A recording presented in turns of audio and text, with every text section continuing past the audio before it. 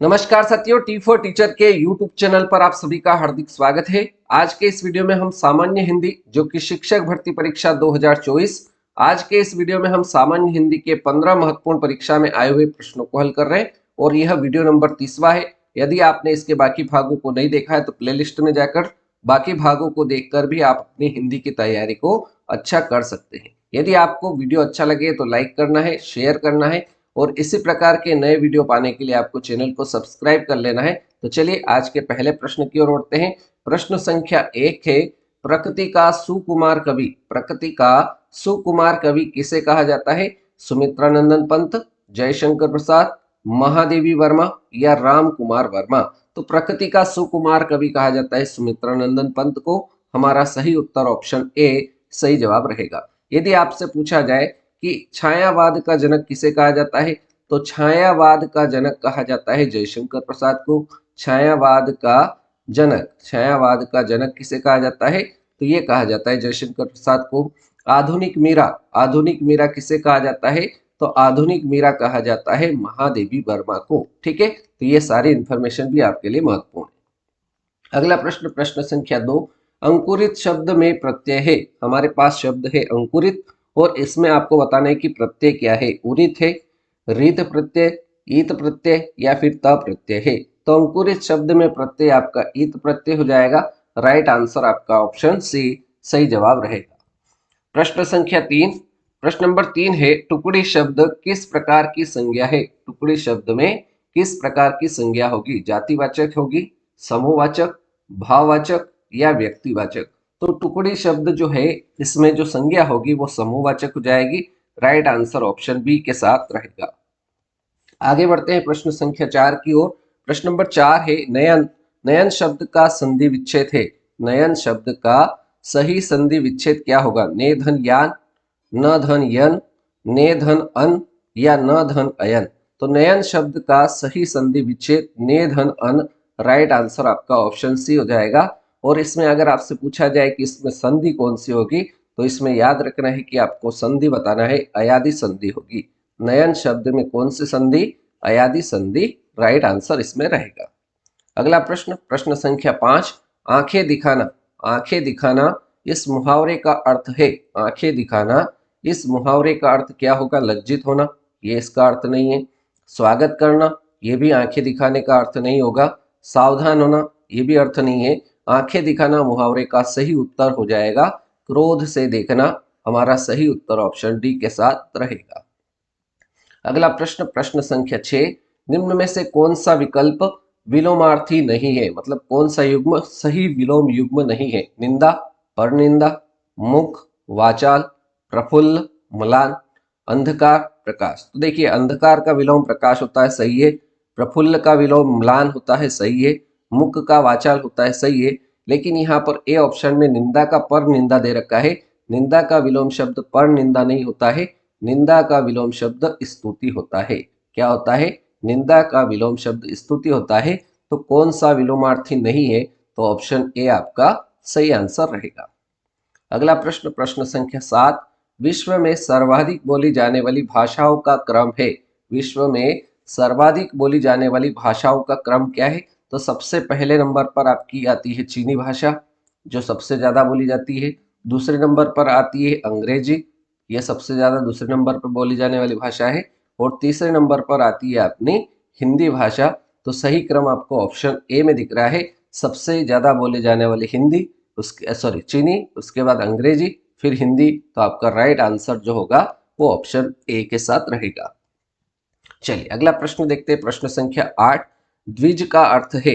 द्विज का अर्थ क्या है? तो द्विज का अर्थ ब्राह्मण, क्षत्रिय, अंडज, चंद्रमा, पक्षी, दांत। उपरोक्त सभी इसका सही आंसर रहेगा।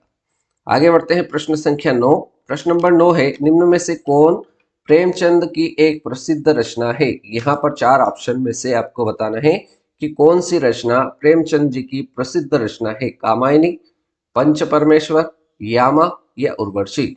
तो इनमें से मुंशी प्रेमचंद जी की जो प्रसिद्ध रचना है वो पंच परमेश्वर है। सही आंसर आपका ऑप्शन बी के साथ रहेगा। कामायनी किसकी रचना है?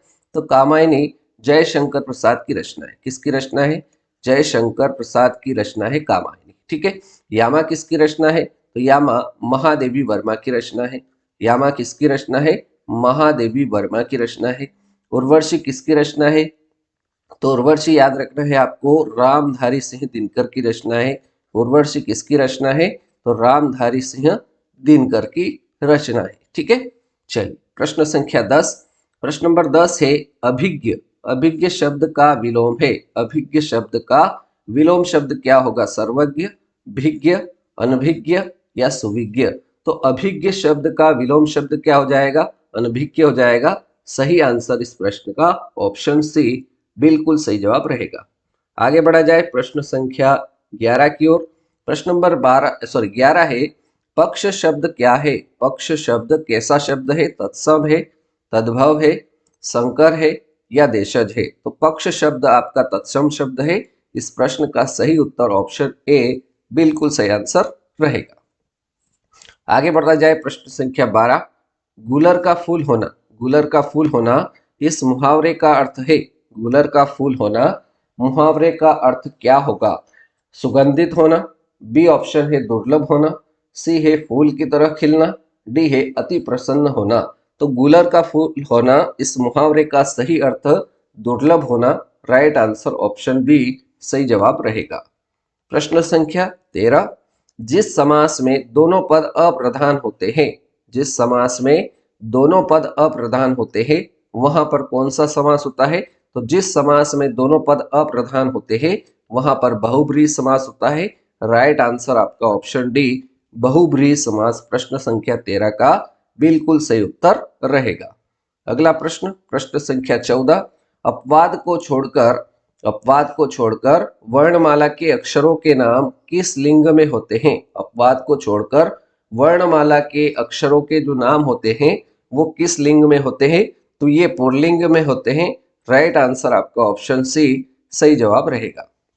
अब बारी है आज के इस वीडियो के अंतिम प्रश्न, प्रश्न संख्या 15। जहां वाक्य की गति अंतिम रूप ले, विचार के तार एकदम टूट जाए, वहां किस विराम चिन्ह का प्रयोग होता है? पूर्ण विराम का, योजक चिन्ह का, उद्धरण चिन्ह का या अल्प विराम का? तो जहां वाक्य की गति अंतिम रूप ले ले या विचार के तार एकदम से टूट जाए वहां पर जो विराम चिन्ह का उपयोग होता है वो पूर्ण विराम का उपयोग होता है। इसलिए इस प्रश्न संख्या 15 का जो सही उत्तर होगा वो ऑप्शन नंबर ए पूर्ण विराम इसका एकदम सही उत्तर हो जाएगा। ठीक है। तो इस प्रकार से आज के इस वीडियो में हमने प्रतिदिन शिक्षक भर्ती हिंदी के हम प्रतिदिन सुबह 9 बजे 15 महत्वपूर्ण प्रश्नों को हल करते हैं। यदि आपको इसी प्रकार के वीडियो देखना है तो आपको क्या करना है? चैनल को सब्सक्राइब कर लेना है। यदि आप हमारे एक और वीडियो आता है गणित प्रैक्टिस क्लास, इसको देखना चाहते हैं तो शाम को 7 बजे इसकी क्लास रहती है जिसमें हम 11 महत्वपूर्ण सवालों को प्रतिदिन हल करते हैं। तो इस प्रकार से आप इन दोनों विषय की हमारे चैनल से बहुत ही बढ़िया और शानदार तैयारी कर सकते हैं। यदि आप वर्ग 3 पात्रता परीक्षा की अभी तैयारी कर रहे हैं तो हमारे चैनल पर अभी पर्यावरण अध्ययन के भी वीडियो आ रहे हैं, उनको भी देखकर आप अपनी तैयारी कर सकते हैं। उसके साथ में बाल विकास के भी वीडियो में 1-2 दिन में अपलोड कर दूंगा। अभी थोड़ा स्वास्थ्य सही नहीं है, इस कारण से वीडियो डिले हो रहे हैं। इस कारण से आपको थोड़ा सा मैनेज करते हुए चलना है। तो इस प्रकार से ये सारी चीज़ें हैं। उम्मीद करता हूँ ये वीडियो आपको पसंद आया होगा। वीडियो को लाइक कर दीजिए, शेयर कर दीजिए और यदि आप हमारे व्हाट्सएप ग्रुप से जुड़ना चाहते हैं तो इस नंबर पर आप क्या कर दीजिए, मैसेज कर दीजिए या डिस्क्रिप्शन में भी इसकी लिंक है, वहाँ से भी इसको ज्वाइन कर लीजिए ताकि आपको कुछ भी इंफॉर्मेशन हो ग्रुप से मालूम पड़ जाएगी। चलिए आज के इस वीडियो को इतना ही रखते हैं। आपने वीडियो को पूरा देखा उसके लिए बहुत बहुत धन्यवाद। अगले वीडियो में मिलते हैं नए प्रश्नों के साथ, नए सवालों के साथ। तब तक के लिए जय हिंद, जय भारत, वंदे मातरम।